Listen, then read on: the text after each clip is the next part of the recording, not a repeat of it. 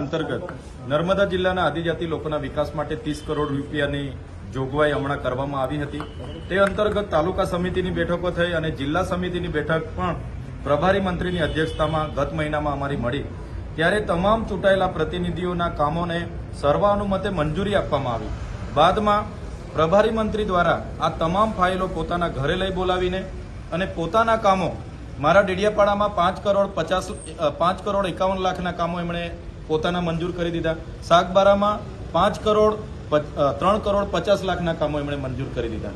ત્યારે ડેડિયાપાડા અને સાગબારાના લોકોને શું જરૂરિયાત છે એ અમને ખબર છે, અમારી પાસે આવે છે। એટલા માટે અમે પીવાના પાણીના, ખેતીના બોરના, રોડ રસ્તાના, આંગણવાડીના અને શાળાના કામો આપ્યા હતા। તે સાઇડ પર મૂકીને બિનજરૂરી યોજનાઓ પ્રભારી મંત્રીએ જે અહીંયા મંજૂર કરી છે એનો અમે સખત વિરોધ કરીએ છીએ। અમારા કામોને મંજૂરી આપવામાં આવે, સમાવવામાં આવે એવી અમારી માંગ છે। આજે અમે ધરણા પર બેઠા હતા। માન્ય કલેક્ટર સાહેબે અમને 4 દિવસની બાહેધરી આપી છે કે દિન 4માં હું કાલે ને કાલે પ્રભારી મંત્રીને બધા સાથે સંકલન કરીને દિન 4માં તમારા કામોનો અમે સમાવેશ કરીશું। જો મારા કામોનો સમાવેશ નહીં થાય તો 17 તારીખને સોમવારના રોજ મારા મત વિસ્તારના લોકો સાથે ફરીવાર અમે અહીંયા ધરણા આંદોલન પર અમે બેસીશું। અને તમે બધા જોઈ લો, જે પ્રભારી મંત્રીઓ ગુજરાત સરકારના તમામ આદિવાસી વિસ્તારના જિલ્લાઓમાં મૂક્યા છે એ લોકો માત્ર ને માત્ર ટ્રાઇબલ સપ્લાયનું બજેટ સગે વગે કરવા માટે જ મૂક્યા છે। આજે અંબાજીથી ઉમરગામના આદિવાસીઓનો વિકાસ નથી થતો એનું કારણ એવું છે કે બિનજરૂરી યોજનાઓ મંત્રી તંત્રીઓના, મળતિયાઓની, NGO એજન્સીઓના નામે મંજૂર કરીને એ પાસ કરી દેવામાં આવે છે।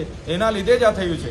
આ વિસ્તારમાં નવસારી, સુરત અને અમદાવાદની જે કોન્ટ્રાક્ટરોની ટોળકીઓ છે એ છેલ્લા 10 વર્ષમાં જે પણ કામો થયા છે એની તપાસ કરવામાં આવે તો 1200 થી 1300 કરોડનું કૌભાંડ બહાર આવે એવું છે।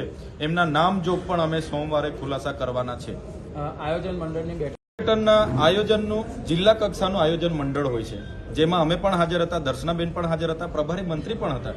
સર્વાનુમતે એમણે મંજૂર કર્યા। બાદમાં આજે અમે જ્યારે ફાઇનલ યાદી લીધી ત્યારે અમારા કામો એમાં કાઢી નાખવામાં આવ્યા અને પ્રભારી મંત્રીના કરોડો રૂપિયાના કામો, લગભગ 15 થી 20 કરોડના કામો પ્રભારી મંત્રીના છે।